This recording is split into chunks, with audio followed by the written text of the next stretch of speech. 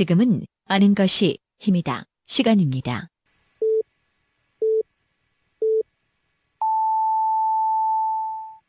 뭐 지역의 분위기 이런 것들이 영향을 미친 거라고 저는 그냥 그렇게 보고 있습니다. 아, 충남이 미친 거라고? 알겠습니다.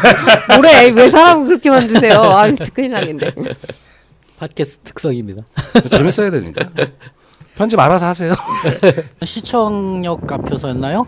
한 어르신 한 분께서 그 할머니신데 우리 옷까지 붙잡으면서 뭐 빨갱이 뭐 찍으면 안 된다고 왜 그런 운동하고 다니냐고 막 제발 좀 정신 차리라고 막 하셔서 이제 저희가 알겠습니다 하고 뭐 알겠습니다 어머니 건강하세요 그러고 말았는데, 그리고 저희가 워낙 민주적인 당이다 보니까 말들이 많아서 좀 이렇게 그 위에서 누가 말해도 좀 자신들의 말이 좀 많이 반영될 어떤 그런 형태라, 뭐 지금은 결과적으로야 뭐 역풍이 다시 돌아와서 바른정당이 지금 순풍에 독단배 같이 가지만, 제일 어려웠던 점은 이제 뭐니 해도 집단 탈당 부분, 그때 뭐 거의 멘붕 왔었죠, 종일. 그리고 또 한 가지 더 말씀드리자면 재정적인 부분은 정말 힘든 부분이었습니다. 지지자분이라고 하시면서 처음에 오셨는데 나중에는 그런데 이상하게 홍준표를 좋아하는 사람들이 많더라라는 얘기를 막 하시더라고요. 그래서 홍준표 후보를 지지하는 사람들이 어디에도 얼만큼 있고 어디에도 얼만큼 있고 이런 얘기를 상세히 아주 해주신 분은 계십니다.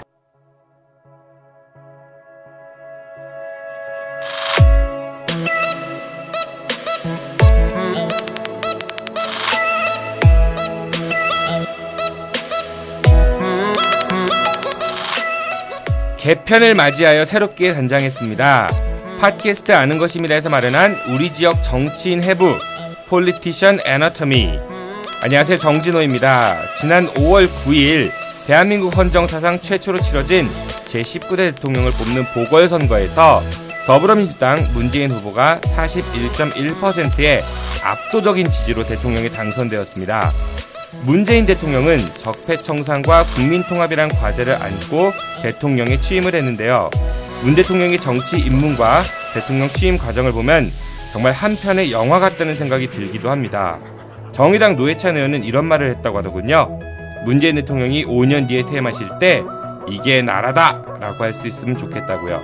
우리 국민 모두를 위해 문재인 대통령의 성공을 기원해 보겠습니다.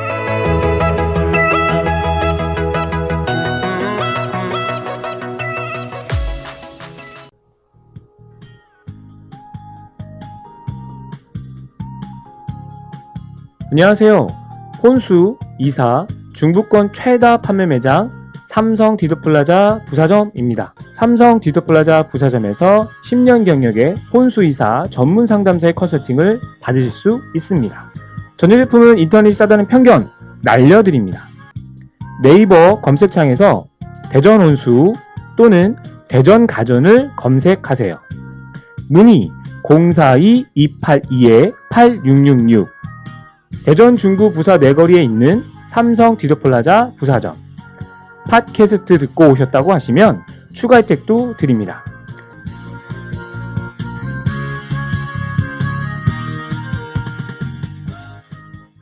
삼성 디지털 프로젝트.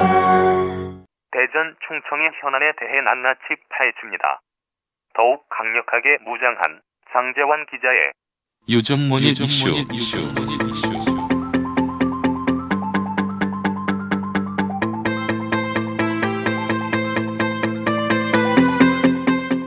대전 충청 지역 최고의 언론인, 구속을 두려워하지 않는 고독한 독설가 오마이뉴스 장재환 기자가 가장 핫한 이슈를 골라 이슈 당사자와 함께 직접 이야기합니다. 지금 팟빵이나 유튜브, 페이스북에서 아는 것이 힘이다를 검색해주세요.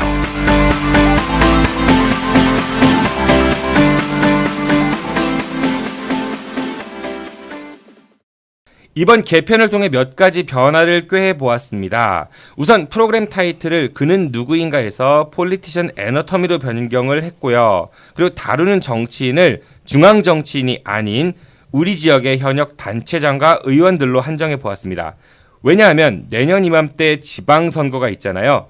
그래서 우리 청취자들이 깜깜이로 그냥 대충 정당만 보고 아니면 주위 분들의 뭐뭐라 카더라라는 그런 것만 듣고 투표하실 게 아니라 내가 살고 있는 지역의 정치인이 누구이고 어떤 일들을 했는지 보다 꼼꼼하게 아실 수 있도록 노력해 보겠습니다.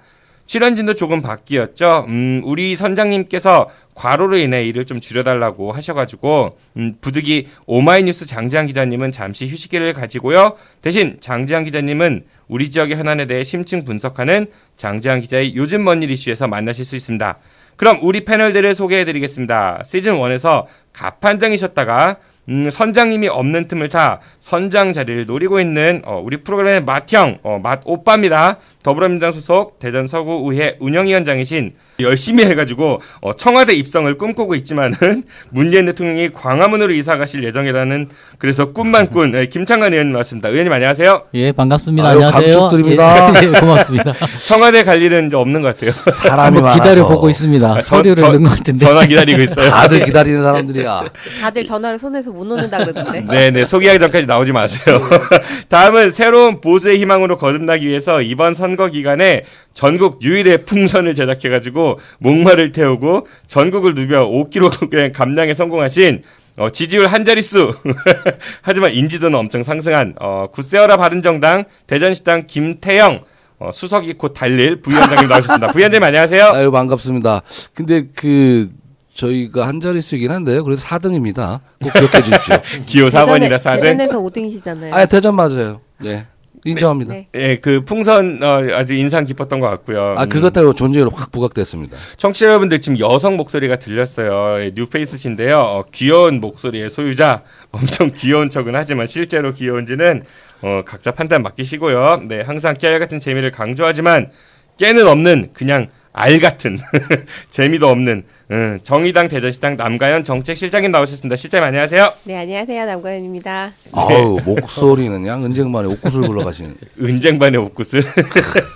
이렇게 세 분과 함께 앞으로 폴리티션 애너터미를 항해를 이제 시작할 건데요. 먼저 남가연 실장님 처음 나오셨으니까 김창관 의원님 어떠세요? 새로운 멤버 보시니까. 마음에 듭니다.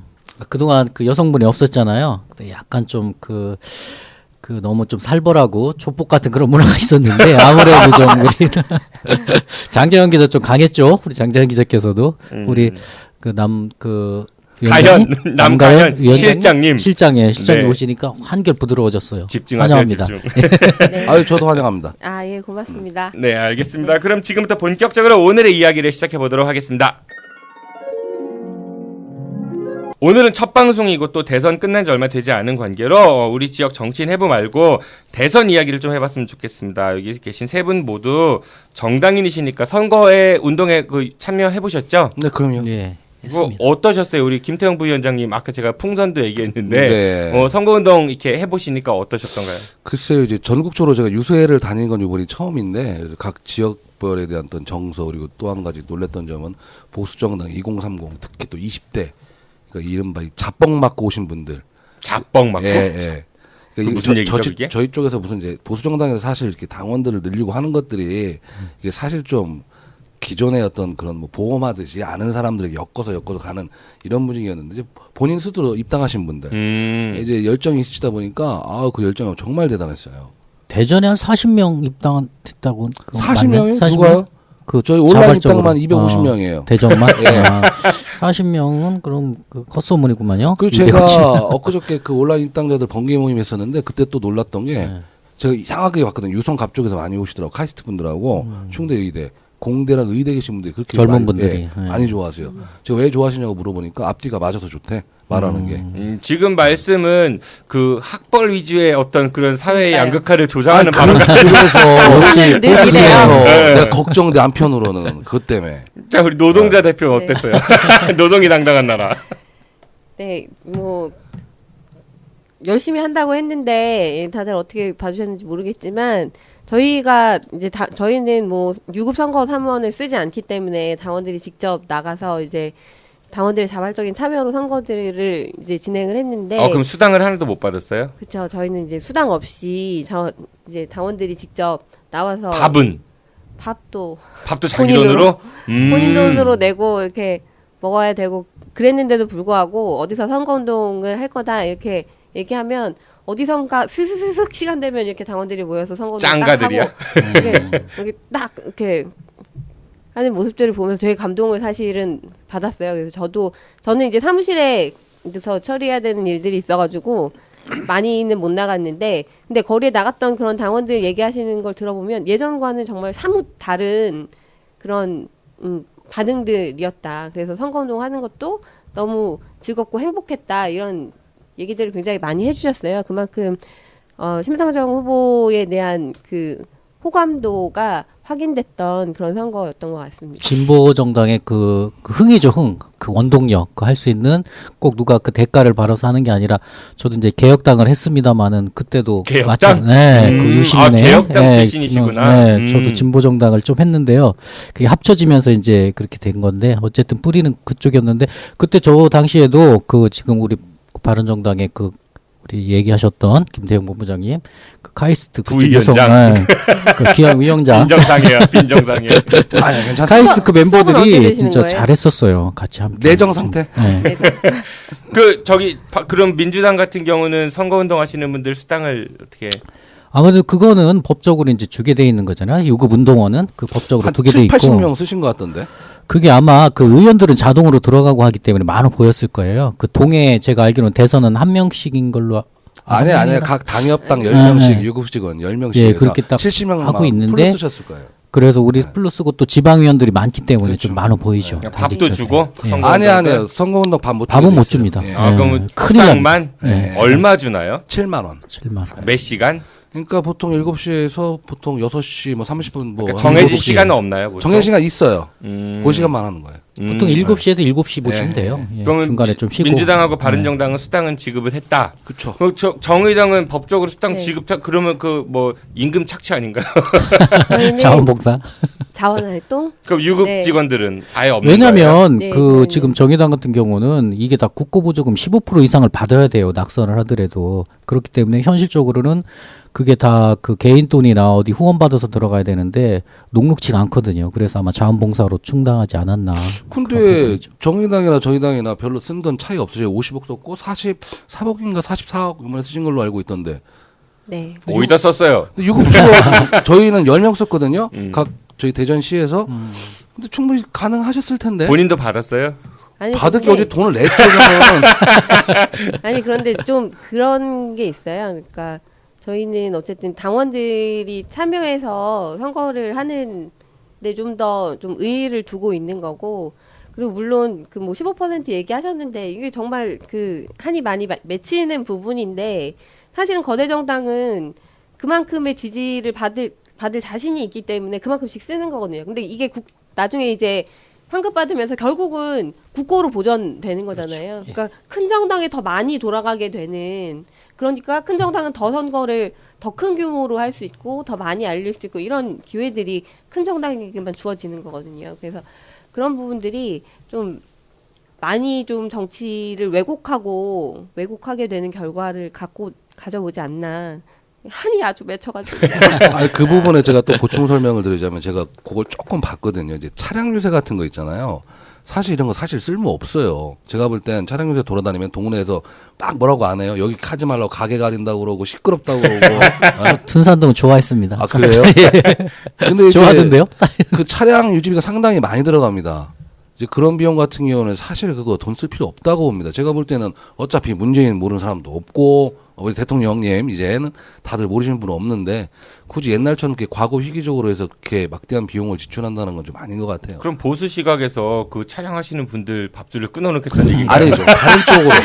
다른 쪽으로 더 효과 있게 쓸 수가 있다는 저는 생각합니다. 아니 그 차 가진 네. 사람이 어떤 다른 쪽으로 효과가 있겠어요? 아니 그거 말고 다른 쪽으로는 공고문을 늘린다거나 아니면 뭐 TV 뭐 이쪽을 더 늘린다거나 더 효과적인 방법이 다 있죠. 근데 그게 몇 년 전 옛날서부터 했던 그런 차량 그 갖다 놓고 막 이제 그거 옆에서 막 그 경유하거든요. 그 발전기 돌리느라고 공해도 심각해요 그거. 환경오염, 미세먼지.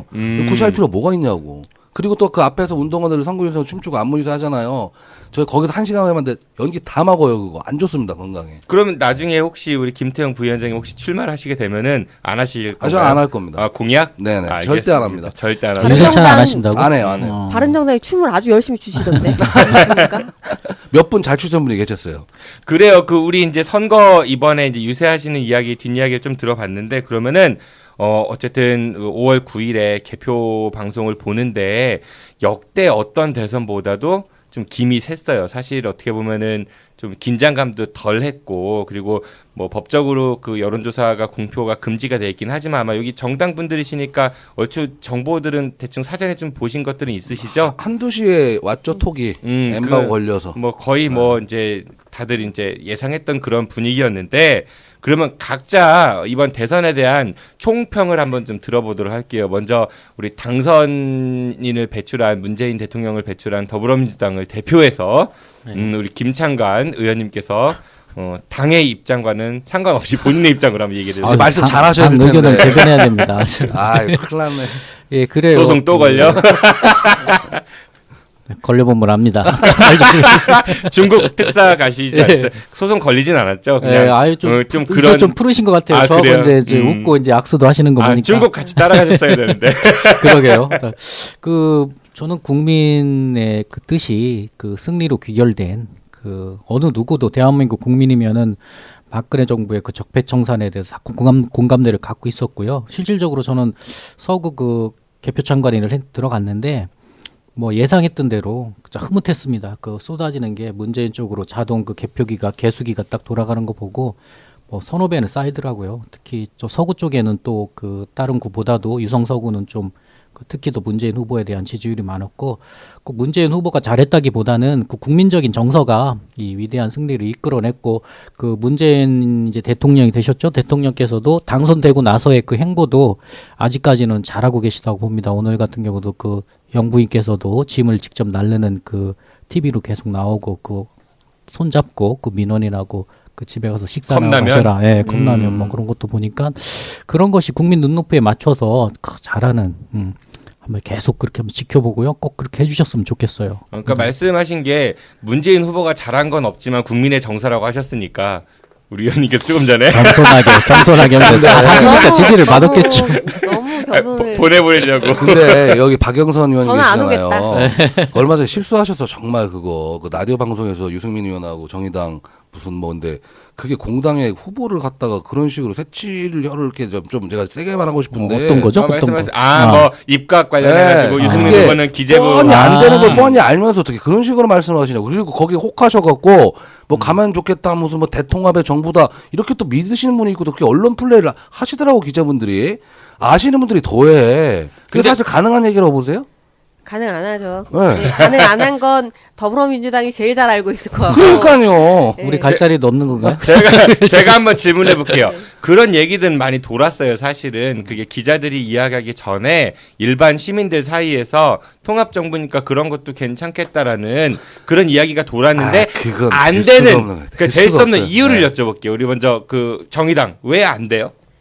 어쨌든 뭐 통합 정부를 구성한다고 하면 어떤 기준을 가지고 어떤 내용들을 가지고 뭐 우리가 협치를 할 것인가에 대한 논의들이 먼저 되어야 되는데 그거 없이 그냥 의원 빼가기식에 그냥 한 자리 줄게 이렇게 제안한 것도 아니고 사실상 제안한 것도 아닌 상태에서 그렇게 공당의 대표, 공당의 대선 후보였던 분들을 좀 언급하는 건 매우 부적절한 일이 아니었나 이렇게 생각하고 거기에 대해서 우상호 대표도 사과한 걸로 알고 있습니다. 다른 정당은 왜 안 돼요? 그게 일단 첫 번째는 정의당은 똑같고요. 두 번째 이유는 저희 당 같은 경우에는 민주당이랑 좀 결이 많이 다릅니다. 그리고 그 내각에 들어간다는 것은 문재인 정부와 같이 이제 그 정부를 운영한다는 뜻인데 그걸 어떻게 저희 당이 같이 갈 수가 있어요? 말이 안 되는 거죠.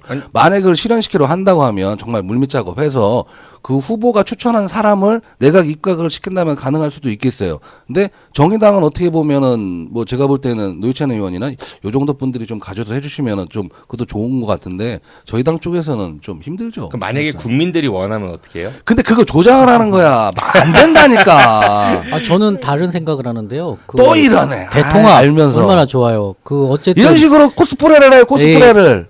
그 실질적인 권한을 갖고 있잖아요. 문재인 대통령께서. 그래서 우리 협치하고 그래서 그 정의당에도 심상정 후보 얘기도 나왔습니다만 고용노동부 장관 그 얘기도 나왔었잖아요. 그러니까 그게 그 권한을 가진 게 박영선 의원 아니잖아요. 그렇죠. 근데 한번 그런 것도 하나의 가능성으로 문재인 대통령이 직접 책임 있는 발언을 하면 좋은데 왜 그 권한도 없는 사람이 이렇게 찔러보듯이 하느냐 이런 말씀이신 건가요? 그렇죠. 정식적으로 제안된 것도 아니었는데 사실 유승민 후보 같은 경우에는 실제로 제안을 했다. 이런 얘기까지 막 나왔었어요. 아 전혀 사실 그거 네. 없는. 본인은 받은 바 없다고. 네, 공식적으로 본인은 받은 바 없다고 말씀했지. 하는데 그 제안했다. 뭐 몇 번 했다. 뭐 그 후보가 직접 뭘로 전화도 제안을 했다. 하신 거예요? 뭐 뭘로 제안한 거죠? 경제부총리 얘기를 한 경제부총리? 건데요. 아. 그게 박영선 의원이 라디오 하면서 툭 던졌는데 그게 막 나온 거야. 가짜뉴스 생산이. 그래요. 그럼 이번에는 4등 한 정당 대선 총평 좀 부탁드릴게요. 글쎄 뭐 4등 5등 뭐 큰 의미가 있나 모르겠습니다. 저희 당 보고 이번에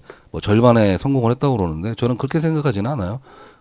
아시다시피 뭐 저희 집단 탈당도 있었고 얼마나 우여곡절 많았습니까? 후보가 완주할 거라고 뭐 저조차도 그렇게 막 확신하지 못했던 상황에서 완주하셨고 이 정도 성과 냈다 그러면 새로운 어떤 보수의 희망이 되지 않을까. 그리고 또 한 가지 이건 정말 100% 팩트한 그 희망인데 저희 당 당원들이 자유한국당 당원들보다 더 오래 삽니다.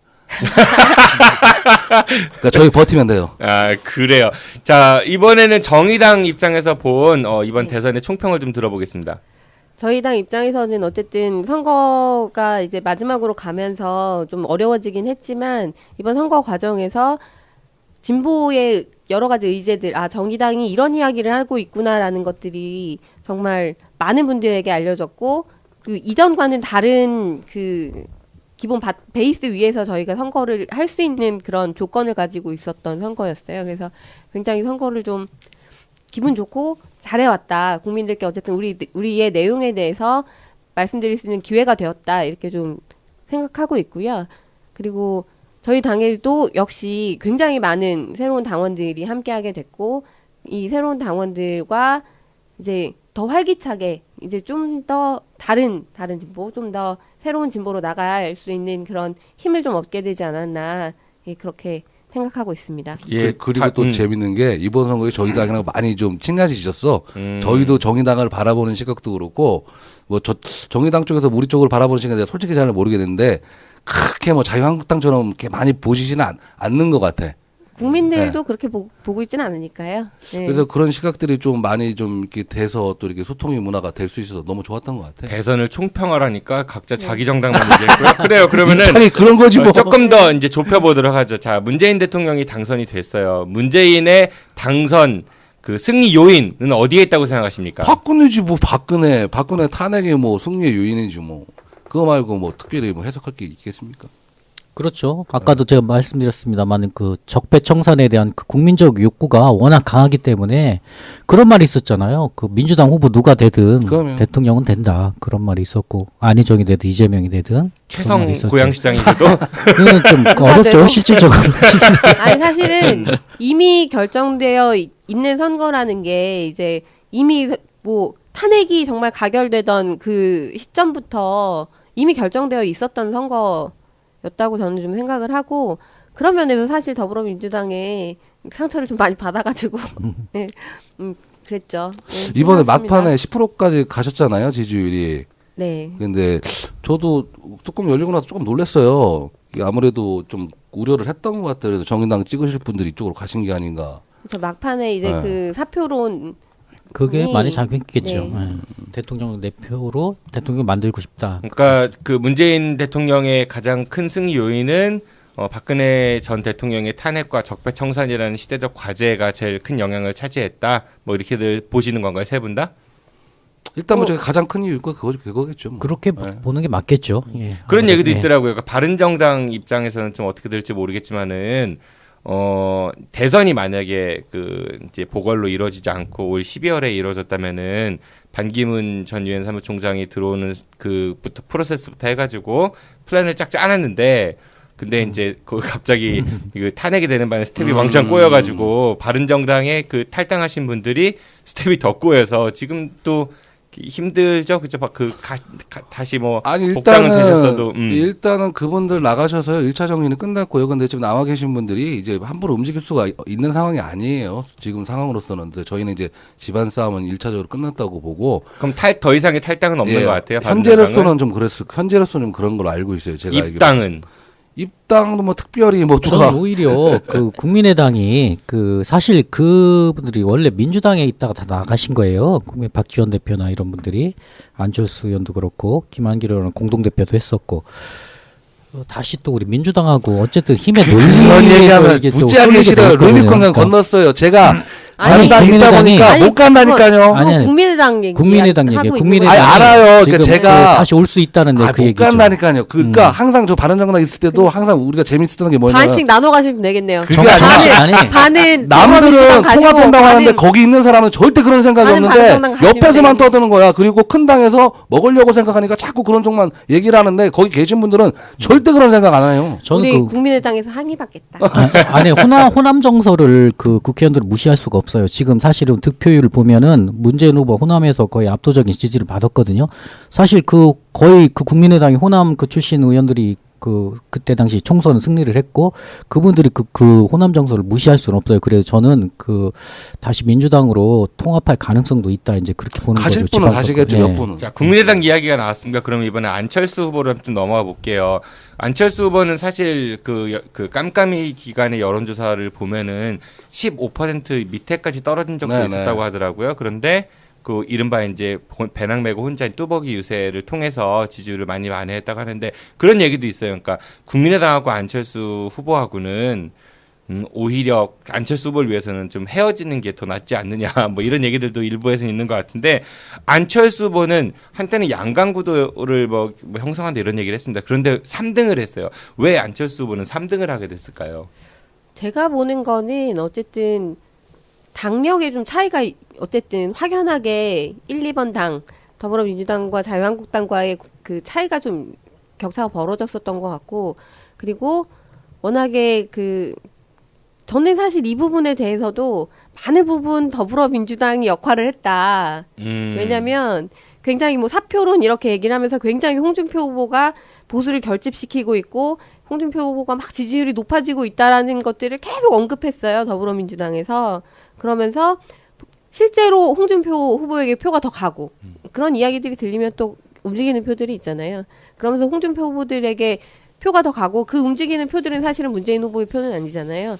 그러니까 그게 안철수 후보의 표가 그쪽으로 좀 옮겨가는데 많은 역할들을 하신 게 아닌가 좀 그렇게 생각이 들고 사실은 지지율이 빠지기 시작했던 건 이제 뭐 다들 잘 아시겠지만 TV 토론 과정에서 나타났던 건데 그건 사실은 캠프에서 좀 실수가 있었던 거 아닌가 그렇게 생각이 듭니다. 뭐 쉽게 설명드리자면요. 첫 번째 이유는 전 사실 정치의 진보와 보수 중간 중도는 없다고 봅니다. 이것도 아니고 저것도 아닌 상태에서 어떤 중도 표심 잡다 보니까 헷갈렸던 부분인 거고 두 번째는 말을 너무 못해. TV 토론을 하는 거 보면 실망입니다 뭐 이런 소리 했었고 그다음에 목소리 자체가 좀 짜증나요. 솔직히 얘기해서. 그거 위험한 발언인데. 뭐 어때? 본인 발언은 어때? 본인 목소리는. 아니 국민의당하고 지금 통합을 앞두고 있는 시점에 지금 내 존재를 부각시켜야지 파이팅 게 넘쳐야 돼요. 어차피 땅 뜰 거. 너무 얌전해 보이고 안 돼 그러면. 그러니까 뭐 일단은 중간에 있는 분들만 이렇게 생각하고 좀 자기 색깔이 없었다. 목소리도 파이팅이 부족하고. 그리고 또 이제 본인이 이제 의대에 나오셨고 공대 이렇게 나오셨으면 어떤 논리적인 측면에서 좀 부각을 좀 조리 있게 말씀을 잘 하셨으면 좀 괜찮았을 텐데 이번 TV 토론할 때 좀 너무 실망하신 분들이 많았던 것 같아요. 예, 맞습니다. 그 부분도 저도 똑같은 생각을 하는데 가장 중요시했던 양강구도를 형성했을 때는 안희정 민주당에서 이제 안희정 후보가 중도를 좀 끼고 갔었어요. 그래서 그렇지만 결과는 좀 문재인 후보한테 지고 그 표가 이제 안철수 후보로 갔을 때가 최고치를 찍습니다. 뭐 어떤 동률이나 좀 뭐 1, 2% 역전된 것도 나오고. 근데 문제는 TV 토론이고 갑철수 발언, 뭐 MB 아바타냐.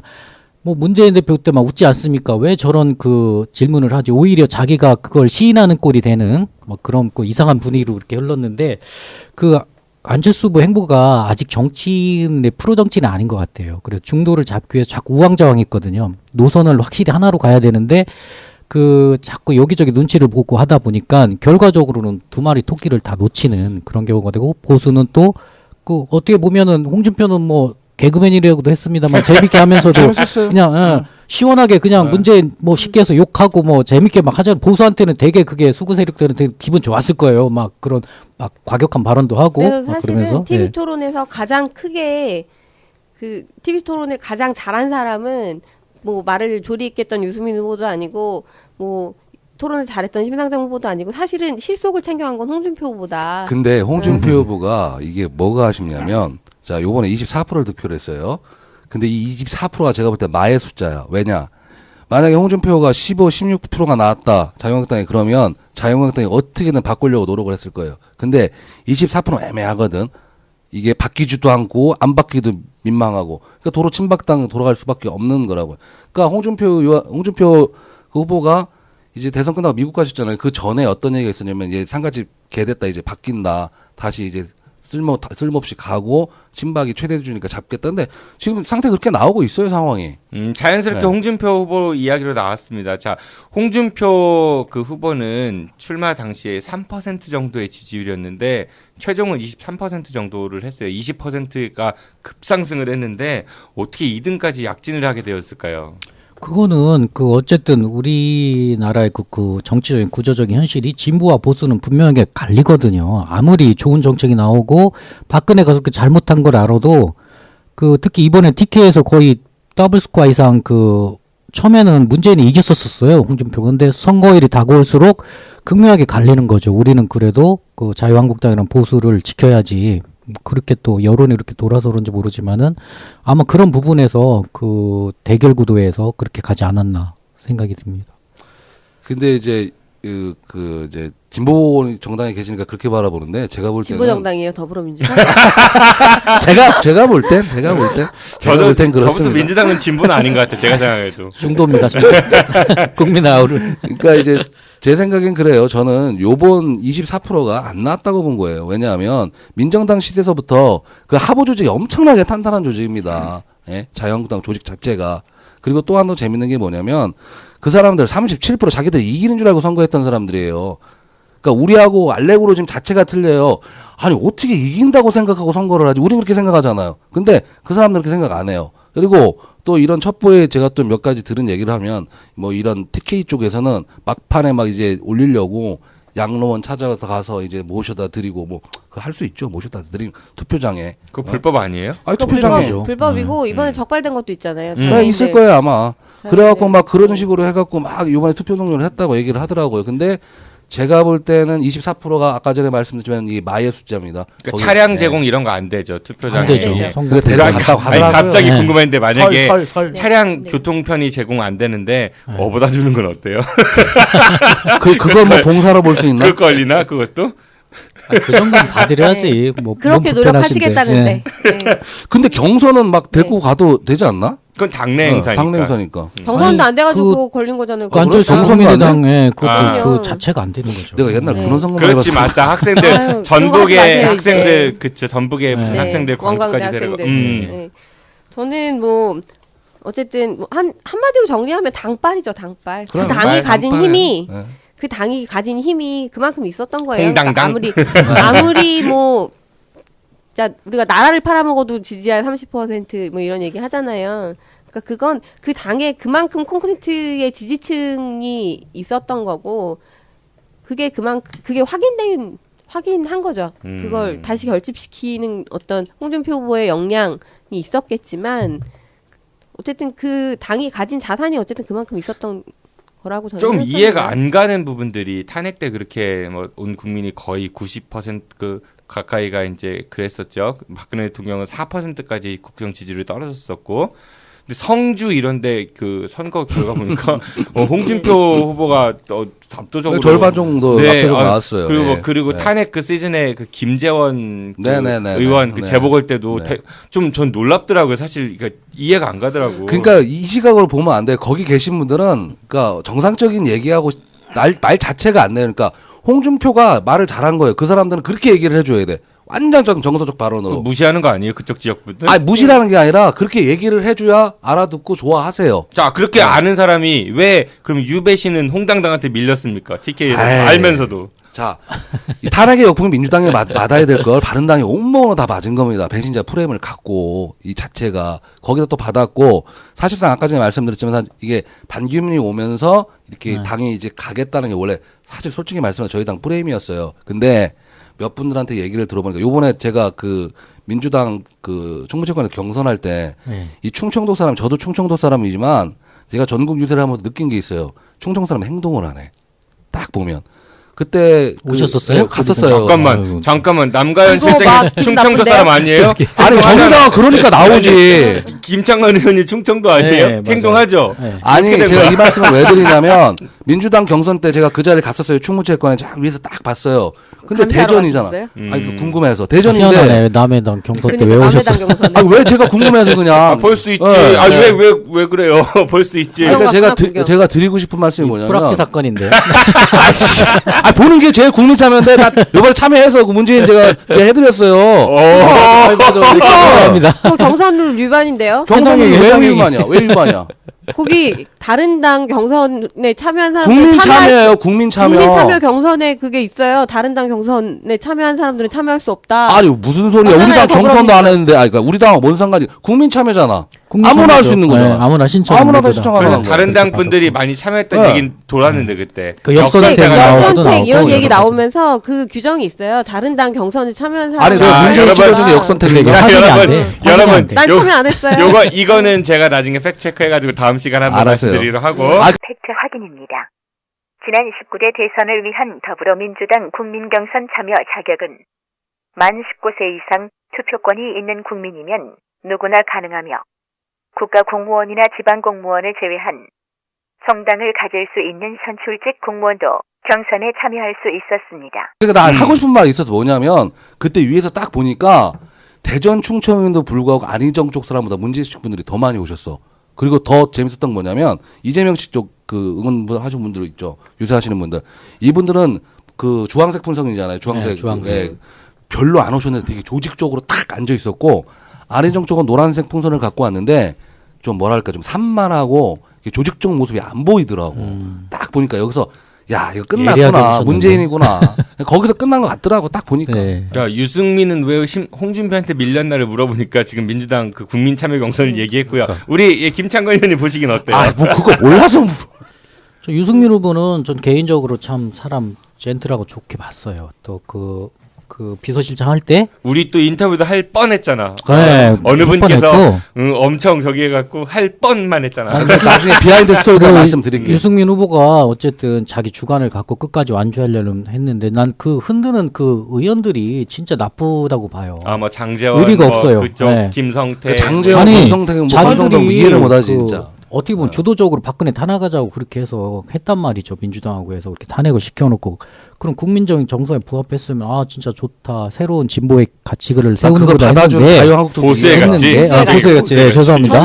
저는 그런데 그게 그 의원들이 정말 나쁘죠. 후보의 등에 칼을 꽂았다 우리 후보도 이렇게 그렇게 막 얘기를 했는데 그게 또 막판에 유승민 후보의 지지율 반등에 좀 크게 작용한 것 같아요. 근데 저희 네. 후보가 계속 구세어라 유승민 표가 있잖아요. 근데 네. 저희 후보가 그렇게까지 그러니까 뭐 제가 드리고 싶은 말씀 뭐냐면 다른 분이 다 그렇게 보셨던 거예요. 그래서 지지율이 너무 좋은데 안 오르고 4% 3% 여기서 계속 계셨거든요. 근데 이게 왜 그러냐면 대부분의 국민들이 가겠어 당에서 저렇게 흔들고 근데 이게 처음서부터 완주한다 그랬으면 7% 10% 나와줬으면 그게 따라서 받아주거든요. 이렇게 심상정 후보 마지막에는 받아줬잖아요. 근데 결과는 그렇게 안 나왔지만 저게 너무 이게 아쉽다는 거죠. 그가 저도 안타까운 거는 그분이 이제 지역구 대구시잖아요. 그 대구에서 어쨌든 그 박근혜 대통령도 정치적 고향이 대구지만은 대구에서 좀 이런 훌륭한 사람을 왜 안 밀어줄까 참 아쉬웠어요. 충청도 같으면 정서 안 그렇습니다. 그 분명하게 그런 걸 보는데 진짜 TK는 보수 중에 완전 보수인지 모르지만 아니 근데요. 난 이해가 안 가. 거기에서 제가 지역 사람인데 그 정도로 안 밀어주는 게. 아니, 대구가 제일 네. 많이 나왔어요. 근데 지지율. 네. 대구 유세 가서 느꼈던 게 뭐냐면 딱 그 대구 계신 분들 표현을 잘해요. 나 지지한다, 뭐 한다, 운동할 때 딱 보면. 근데 결과적으로 네. 홍준표 엄청 나왔잖아요. 아니 과반 나왔어도 그 서울이 7.8% 나왔고 대구가 그래도 유승민 후보 지지율이 11%까지 나왔습니다. 제가 지역 거의 있으니까. 그래요. 11점 몇 프로인데 그래도 대구 분들이 지원을 많이 해주셨어요. 다른 지역에 비해서. 얘기 듣다 보니까 좀 안타까운 게 뭘 잘해서 지지율이 올랐다는 것보다 뭐가 불쌍해갖고 올랐다는 얘기를 자꾸 하니까 참 속상하다. 아니 나 사실 구세어랑 유승민 할 때도 정의당에 웃었다니까 아니, 내가 슬프더라고. 한편으로. 대통령은 적폐 때문에 당선되고 누가 지지율 오른 거는 불쌍해서 오르고 왜 이런 평가밖에 안 나오는지 참 답답함을 느끼면서 그래요. 심상정 후보들이 다들 고생 네. 너무 훌륭하신 분들이셨습니다. 심상정 후보는 왜 막판에 그 상승세를 이어가지 못하고 두 자릿수 득표에 실패하게 됐을까요? 아니 벼룩에 간을 내면 이쪽에서 잘못한 거지. 아니 그 국민들이 이제 판단해서 어쨌든 후보가 뭐야? 5명이라도 그 어느 정도 예상을 하는 거죠. 어쨌든 진보와 보수 그 싸움에서 우리는 진보 쪽이 되는 게 좋겠다 해서 실질적으로 뭐 그 심상정 후보 토론도 잘하시고 공약집 저도 봤습니다. 좋아요. 그렇지만 대통령으로서의 그런 국민적 지지를 받기는 좀 어렵잖아요. 그 중도층에서 아마 그 막판에 문재인 쪽으로 좀 쏠리지 않았나. 잠깐만요. 예. 왜 어려워요? 후보 토론도 잘하고 공약집도 예. 좋은데 왜 아니 어렵죠? 정의당 찍으실 그런 분이 거죠. 중도층은 아니지 네. 않습니까? 왜냐하면 아까도 우리 그 남 실장님 얘기했습니다마는 그 정당에 대한 그런 거대 정당에 대한 기대감이라든가 조직력, 예, 조직력 이런 게 모든 게 삼위일체가 돼야지 대선을 이길 수 있거든요. 국민적인 정서. 근데 우리나라 국민들이 막판에 밴드웨건 그런 현상이죠. 될 사람한테 찍습니다. 그리고 내 표를 죽이기가 싫은 거예요. 기왕이면 내가 진보고 중도래도 진보 쪽이면 문재인을 찍겠다. 이제 심상정이 좋지만은 그래도 될 사람 찍어야지 그거죠. 근데 거대 저는 정당의 이제- 모습을 아니었어. 저는 여기서 막 마케팅 막 했잖아. 사표 이런 얘기, 표가 죽는다. 당선되지 사표 않는 논리, 후보에게 투표하는 건 사표다. 이렇게 더불어민주당이 얘기를 하셨는데 전 이건 민주주의에 그럼요. 반하는 주장이다라고 생각해요. 부스라 정당. 투표해서 국민이 조만간 통합하는 거 아니야?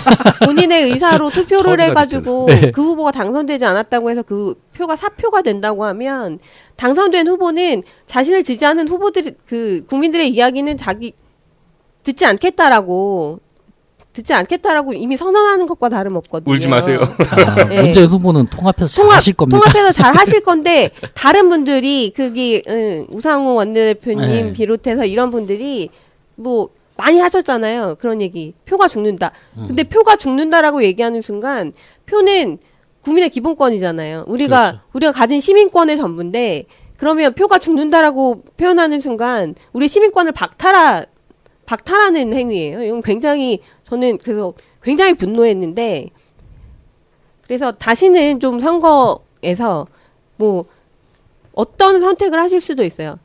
본인이 원하는 후보에게 투표하실 수 있고 나는 그래도 내가 당선을 시키고 싶어. 이번 선거에서 내가 지지하는 후보를 당선시키고 싶어라고 해서 큰 후보에게 투표하시는 거 이런 거 저는 다 있을 수 있는 일이고 가능한 선택이다. 국민들이 하실 수도 있는 선택이다. 이렇게 생각하지만 그렇지 않은 선택에 대해서 뭔가 무슨 민주주의를 그럼요.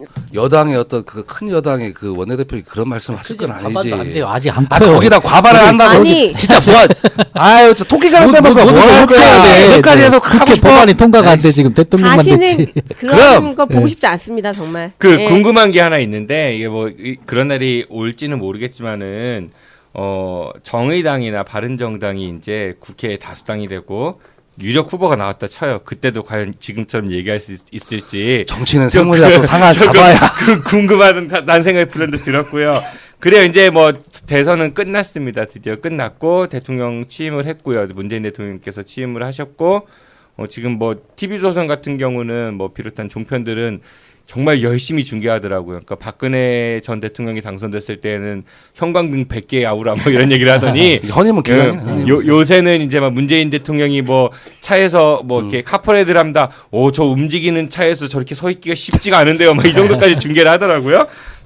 문재인 정부가 들어섰는데 저희 뭐 그 여러 가지 방송들에서 다양한 이야기들 나오지만은 우리 대전만 놓고 한번 얘기를 해보죠. 문재인 정부 이후에 우리 대전 어떨지. 우선은 대전의 지역 정계 개편 내지는 내년에 이제 지방선거가 또 있죠. 그런 거에 대한 그 세 분의 전망을 좀 들어보도록 할게요. 먼저 우리 김창현 의원님께서요. 네, 저 전역 지방의원을 하고 있습니다만은 대선이 끝나고 그런 얘기를 한번 했어요. 어쨌든 대전만 보면 시장, 뭐 구청장, 거의 국회의원, 또 지방의원들이 다수를 점하고 있습니다. 그렇기 때문에 고무적인 거죠. 그리고 문재인 대통령 드디어 우리 충청권도 대전도 한 단계 도약을 할 수 있는 그런 계기가 왔구나. 또 그 4차 산업 특별시로 또 육성을 한다. 그게 중점 공약을 또 하고 가셨고, 그래서 사실 기대가 큽니다. 그리고 그 중앙 정부에서 잘하고 또 지방 정부에서 든든히 받쳐서 문재인 정부가 성공할 수 있도록 이제 저희가 월요일에 회단식을 하는데요.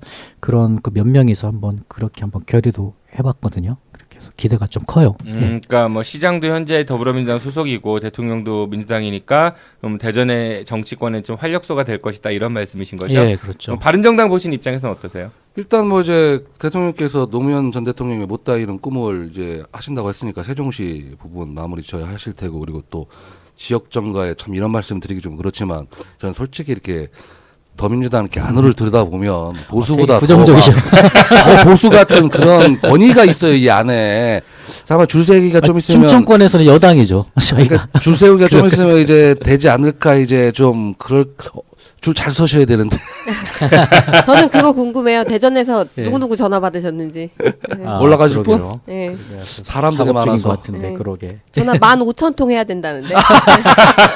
그거 다 어떻게 다 챙겨? 15,000통 중에 대전에 몇 통이나 왔는지 누가 왔는지 이런 거 궁금한데. 뭐 정보 있으세요 혹시? 뭐 모르겠으면 저는 못 받았어요. 그런 얘기 있더라고요. 문재인 캠프에서 이번에 굉장히 뭐랄까 많은 분들이 참여를 하셨잖아요. 그 직함이 되게 많았대요. 그래서 여의도에서 위원장님 하면 40명이 고개를 확 돌린다고 하더라고요. 그 정도로 사람들이 굉장히 많았다고. 사무실 많이 남으셨다면서요, 임명장. 아니 누가 그런 또 1급 그 기밀을 또 다 나와 있는 건데 뭐. 임명장 뭐 어디 거기도 막 쌓여있던 거 막 나오고. 저는 제가 생각하기에 이제 문재인 정부 이후의 대전이 어떻게 될 것인가를 보면 별로 달라지는 게 없을 것 같다라는 게 사실은 솔직한 제 심정입니다. 그래서 뭐 저는 사실 잘 모르겠어요. 우리 시장님하고 문재인 대통령님하고 어떻게 친밀한 관계를 뭐 이번 선거에서 그 가지게 되셨는지 좀 확인할 수 없지만, 물론 뭐 문재인 그 대통령이 공약했던 것들에 대해서 지켜 나가려고 이렇게 노력하실 거라고 저는 굳게 믿고 있는데, 그게 과연 대전 정가에 뭐 어떤 영향을 미칠까? 저는 사실은 영향을 미치면 안 되는 거잖아요. 중앙정부의 그 수장이 바뀌었다고 해서 지방정부에 영향을 미치는 거, 이게 지방자치 제대로 안 되는 거 아닙니까? 아니 돈은 위에서 내려오는. 근데 실질적으로 그런데, 말씀대로 네. 예산 때문에 예산 부분이죠. 그렇죠. 제일 중요한 게. 예산 부분인데, 그래서 민주당 단체장이 있는 지자체에 돈을 더 많이 지원하고 더 빨리 뭔가가 이루어질 수 있도록 하는 거, 이거 문제 아닙니까? 그러면 그것도 문제죠. 근데 돈도 거기서 나와. 그런 의미에서 저는 어쨌든 그 대통령이 바뀌었다고 우리 지역에 뭔가 큰 것들을 더 기대하고 바라고 그렇게 될 거다 이렇게 포장하고 이런 것들은 저는 좀 구태의연한 거다. 그리고 그래서도 안 된다. 그러지 말자. 좀 촌스러워 보여요, 사실은. 그러니까 별로 바뀔 게 없을 것 같다. 그리고 바뀌어서도 네. 안 된다. 아니 뭐 제 입장은 좀 다른데요. 구태의원해도 좀 많이 좀 예산 확보 좀 하시고 대전 발전을 위해서 좀 갔으면 좋겠습니다. 왜냐하면 이제 대전이 이게 외곽으로 확대가 돼 버리다 보니까 안에 이게 중구라든가 이럴 때 많이 지금 원도심 쪽에 문제가 많아요. 인구가 없어서 그런 거 아니에요? 그렇죠. 이제 인구에 대한 원동력도 새로 만들어야 되고, 지금 뭐 중구 죽은 게 다 엔진 빠져버려서 시청 옮겼지, 도청 옮겼지, 다 빠져나가서 뭐 어떡하라는 거야. 그럼 그 안에 뭘 넣어줘야 될 거 아닙니까? 이게 근데 지방정부 안에서 이걸 한다는 게 사실 힘든 부분이 많거든요. 중앙에서 힘 써줘야 돼요. 그래서 중구가 그런 얘기하면 대덕구는 어떡하라고. 아니 근데 뭐 제가 다. 가지고 있는 기대는 사실은 저는 이제 그 도시의 주택 문제, 재개발, 재건축 이런 데들 이제 주민들이 대책위 만들고 이렇게 하면 이제 지원 활동들을 많이 하고 있는데, 그 문재인 대통령이 공약도 하시고 이번에 어쨌든 청와대 구성도 하시면서 도시 재생에 관해서 굉장히 좀 의지를 가지고 계신 것 같아서 그 부분에 대해서 굉장히 기대를 사실은 하고 있습니다.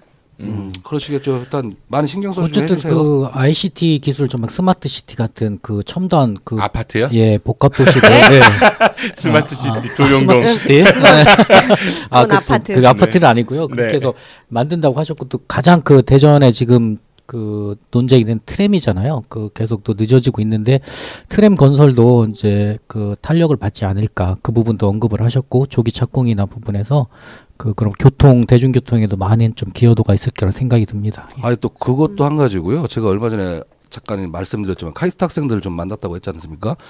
그 대전이 과학도시예요. 그리고 연구자 분들이 되게 많으세요. 이제 그분들이 좀 막상 얘기를 들어보니까 연구 시설이라든가 아니면 처우 개선, 이제 그런 환경들이나 어떤 이런 처우들이 되게 열악합니다. 그러면 환경에 대한 아니면 또 이제 그 연구자들의 어떤 그런 그 미래를 위한 양성에 대한 기본적인 제도라든가, 이 대전이 좀 그런 것도 문재인 대통령께서 좀 신경 좀 써주시고 말로만 과학도시가 아닌 정말 과학도시로 과학기술부터 다시 그 부활을 네. 한다는 그런 얘기도 언뜻 들었습니다. 근데 현장에서 그 얘기를 들어보니까 정말 몰랐던 부분이 또 이렇게 새로 나오더라고요. 네. 제가 이번에 이제 대선을 하는 과정에서 과학기술 정책 토론회는 굉장히 대전에서 여러 번 있었어요. 그래서 각 후보들이 이제 캠프에서 참여들을 하시는 것들을 제가 봤는데 사실은 뭐 과학기술 정책과 관련해서는 어떤 후보가 되시든지 간에 어쨌든 대전의 과학기술이 여기가 뭐 어쨌든 가장 핵심적인 인프라가 모여 있는 곳이라는 것들을 모든 후보가 다 인정하고 있고 그걸 기반으로 해서 어쨌든 우리의 새로운 성장 동력을 만들겠다라는 얘기를 모두 다 했었고 문재인 대통령도 그걸 공약했었기 때문에 그 부분은 뭐 특별히 걱정하지 않아도 잘 될 거라고 저는 근데 그 생각합니다. 만약에 뭐 그럴 일 없었겠습니다만은 그 자유한국당에 당선이 됐다 MB 정부 때를 과거를 보면 그 우리 과학 정책에 확실히 그 맞아요. 충청권은 네, 중이용 네. 가속기 네, 그 네. 지금 유성구죠 금동인가요 그쪽에도 처음에 되게 그 규모가 컸었어요. 근데 MB가 되면서 그 좀 많이 줄었죠. 그런 부분에 지금 뭐 추진 단계가 어느 정도 되는지 모르지만 이제 거기에서 이제 문재인 대표는 지금 확실히 ICT 그 스마트 시티 같은 첨단 그 유비쿼터 도시를 만들겠다. 대전을 선도 도시로 그런 부분에서는 우리 대전이 진짜 한 단계 업그레이드 될 수 있는 그런 좋은 기회인 것 같습니다. 대중음악과 가수를 통해 우리 사회를 말합니다. 염살록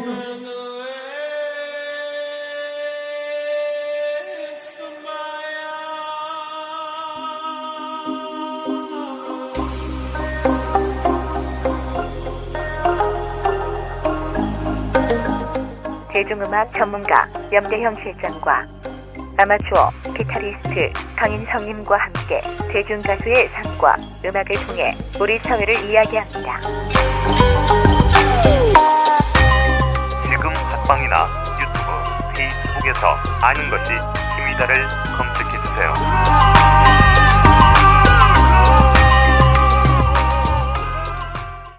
지금까지 개편 첫 방송으로 19대 대선 뒷이야기와 문재인 대통령 시대의 대전에 대해서 이야기를 좀 나눠봤습니다. 오늘 개편 이후에 이렇게 3명 첫 방송을 했거든요. 어떠셨어요? 일단 뭐 이제 그 새로 오신 분하고 이제 말을 섞으면서 호흡을 좀 맞춰봐야 되잖아요. 너무 잘하시는 것 같고 목소리 너무 좋습니다. 네. 감사합니다. 우리 김창완 의원님 어떠셨어요? 예, 좀 그 처음이지만 또 긴장감도 있고 좀 밋밋한 부분이 있어요. 좀 팟캐스트는 특성도 좀 재밌게 좀 하고 좀 애좀 먹어야 되는데. 그러면 청와대에 누가 전화를 받나 한 번에 이런 거 명단을 공개하셔야지. 대통령이 아니, 나오시니까 더 조심하셔. 말씀하시는 게 지금. 아니 오다 떨어졌어요. 그런가. 확태도 바뀌시더라고. 여당이니까 그러신 것 같고 예 어쨌든 저는 오늘 되게 즐거웠어요. 그리고 제가 오늘 사실은 3번째 출연인데 이렇게 아무것도 이렇게 종이도 준비해보지 않고 이렇게 앉아서 잡담하듯 편안하게 녹음을 해가지고, 예, 잘했는지는 모르겠지만, 어쨌든 따뜻하게 환영해 주셔가지고, 예, 오늘, 네, 즐겁게 녹음한 것 같습니다. 네, 감사합니다. 다음 방송부터는 공부들 많이 해오셔야 돼요. 네. 우리 다음번 미리 예고를 하겠습니다. 다음번 방송은 우리, 현재 대전광역시의 수장이시죠. 더불어민주당 소속의 권선택 권선택. 시장님에 대해서 한번 이야기를 드릴 해볼 말씀이 건데 많습니다. 정의당에서 이제 칼 갈고 나오겠는데. 많이 그 다음 방송 때 우리 권선택 시장님에 대해서 한번 낱낱이 해부를 좀 해보도록 하시죠. 방어 잘하세요? 아니 이번에도 뭐 준비 좀 방어 수비 해오세요. 뭐 그런 게 있나요? 그 알아서들 뭐 하세요. 아니 여기 네. 분명히 공격할 타고. 알았어요. 이제 앞으로 방어 잘해야지. 3분의 2가 민주당인데 난 방어만 해도 되다. 참고로 저는 질문거리만 던져드리고 앞으로 네. 자료조사 안 해드립니다. 나 여기서 칼 갈고 오면 뒤에도 돌 던질게. 방어가 얼마나 힘든지 아세요? 예, 오늘- 공격이 쉬워도 오늘 나와주신 3분 감사드리고요. 네. 같이 하세요, 공격. 할 수 있을까? 뭐, 그 한가위 들리는 얘기, 빨리 엔딩 해야 되는데 들리는 얘기로는 내년 지선 때 공천 받으시는 것도 딱 정해진 건 아니다 이런 얘기도 많이 도는 것 같더라고요. 어디 민주당에? 네, 한번 줄 잘 서보세요. 저는 뭐 저긴 건 다 있습니다만 많으니까 뭐. 막 더 몰릴 것 같아요. 근데 현역이시고 뭐 네. 재선로 하셨는데 뭐. 알겠습니다. 네, 한번 다음번에 방송 때 다뤄보도록 하죠. 네, 김창은 의원께서는 방어 준비 잘 하시고요. 두 분은 메스 좀 잘 갈아오시기 바랍니다. 오늘 훌륭한 메스가 오셨어요. 다음번 방송 때 저는 그날 뵙겠습니다. 그때 서브로. 네, 안녕히 가십시오. 네, 감사합니다. 고맙습니다. 저도 네. 물러가겠습니다. 지금까지 진행의 정진이었습니다. 청취해주셔서 고맙습니다. I'll be back.